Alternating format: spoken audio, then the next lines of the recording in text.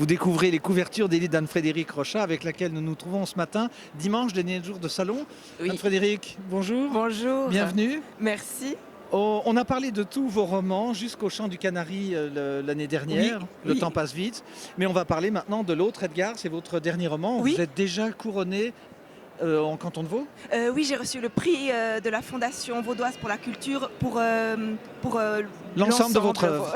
Je n'osais pas dire ça comme Oui, ça. mais moi je le dis comme ça. Vous êtes très jeune, vous avez de multiples talents, vous êtes en répétition, vous faites du théâtre, vous en écrivez, vous écrivez. Parlez-nous de l'autre regard qui sera sans doute dans notre catalogue. L'autre Edgar. C'était à l'abri des regards, mais c'est l'autre Edgar. Mais c'est Non, très l'autre joli. Edgar. Oui, mais parlons de l'autre. Oui, oui, mais Edgar. vous avez dit l'autre regard. Ah, Mais pardon. c'était très Alors ça joli, marche, je trouve. c'est voilà, l'ensemble de l'œuvre.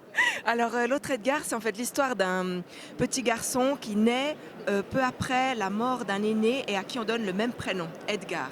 Et il sera hanté toute sa vie par ce frère et il aura un peu des troubles d'identité. Est-ce que je suis moi ou est-ce que je suis l'autre? C'était le cas d'ailleurs de Dali. Ou d'autres grands artistes, parce que ça peut créer des génies aussi.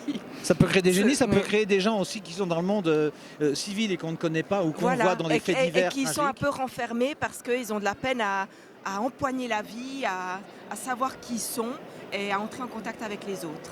Je vais vous reposer pour la 4e fois, pour notre 4e saison, cette même question. Qu'est-ce qui vous séduit ou qui vous hante dans la gémellité, dans l'autre? Parce que si on pense à vos tout premiers romans, Oui, il y a souvent ces jeux de miroir, Oui. ces choses comme ça. Je sais pas, c'est difficile de dire. C'est parce que c'est des sensations et il y a des choses dont j'ai envie de parler, comme la peinture, comme les jumeaux, mais je sais pas vraiment d'où ça vient. Ça, je peux pas expliquer. alors la peinture, Mais c'est la mais première c'est quand fois que même vous le dites, souvent oui. dans les œuvres. Enfin, je veux dire, c'est des thèmes Récurrent. C'est des thèmes récurrents parce que je sais pas, ça nous parle à tous, la ressemblance, la différence.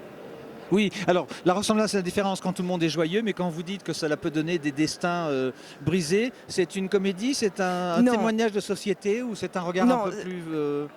C'est un roman.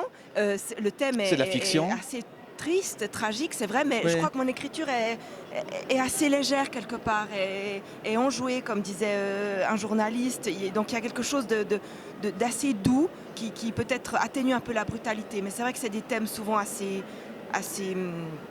parfois assez durs, mais moi c'est ce que j'aime faire. Enfin, Oui, j'aime c'est- aller grailler un peu dans les tréfonds, mais il y a quand même de l'humour, il y a de la douceur, de la tendresse, et voilà. Vous savez que Georges Simenon avait une maman qui lui a dit toute la fin de sa vie, quel dommage mon pauvre Georges que ce soit ton frère qui soit mort le premier. Ça c'est une chose, c'est votre prochain Ah roman, ouais. le frère qui avait Ah eu ouais, des sympathies droitistes pendant la guerre. Ce thème du double et la recherche de l'autre, est-ce que cela peut briser totalement la vie de quelqu'un? Est-ce que vous vous êtes renseigné? J'imagine que oui, mais du point de vue psychologique, les répercussions? Alors, renseigner, pas forcément, parce que je ne vais pas forcément lire des livres de psychologie pour...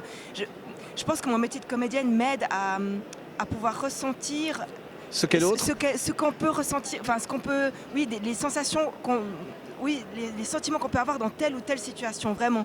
Donc si je me dis, j'arrive à me mettre à la place, mais lié, je pense, à mon métier de comédienne, et donc je vais pas aller fouiller dans des bouquins de psychologie, mais j'ai l'impression de pouvoir ressentir ce que c'est. Et les troubles d'identité me parlent particulièrement. C'est peut-être aussi pour ça que je suis comédienne. Pourquoi exactement, je ne vais pas aller chercher, je ne sais Non. pas. Mais Ce je sera dans pense le que volume c'est de des l'intégrale de la Pléiade qu'on en ouais, parlera. des choses qui me touchent parce que je sens la fragilité de l'identité. Voilà, je ne sais pas pourquoi exactement, mais c'est des choses qui me parlent et qui me sont faciles. Voilà, ça m'embarque. Dans quelques heures, vous vous embarquez dans le personnage que vous répétez. Que Oui. jouez-vous et où? Je joue au théâtre Montreux-Riviera, une pièce d'une auteure montreusienne des années 30, qui a été un petit peu réadaptée. C'était 2 pièces et on en fait une en fait, donc elle a été un petit peu resserrée. Ça s'appelle Noces et pas noces chez le syndic, donc un titre bien de chez nous, mais parce que c'est vraiment une comédie vaudoise qui revendique ça avec quelques mots de patois. Mais c'est très joli, il y a presque un côté tchécovien par moment.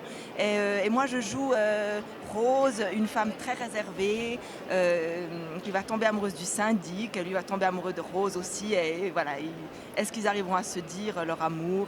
Le théâtre Montreux-Riviera, c'est celui que dirige Rani Ramdawi. Oui, vous la connaissez? On va la saluer parce qu'elle avait Oui. lu une pièce d'Albert Camus elle avait lu une pièce sur Albert Camus que j'avais écrite il y a 10 ans, c'était ici même.